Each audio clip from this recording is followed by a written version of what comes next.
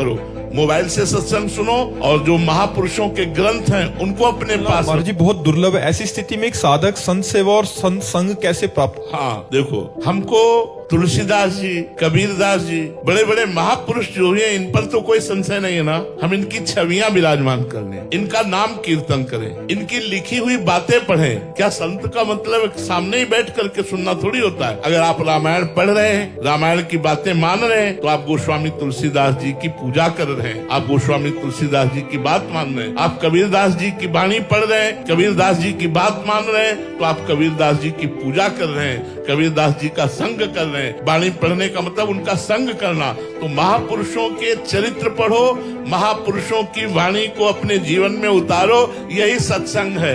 ऐसे प्रगट में बैठ गए तो ये थोड़ी देर के लिए सत्संग है, लेकिन सदा सदा के लिए सत्संग अपने घर में करो।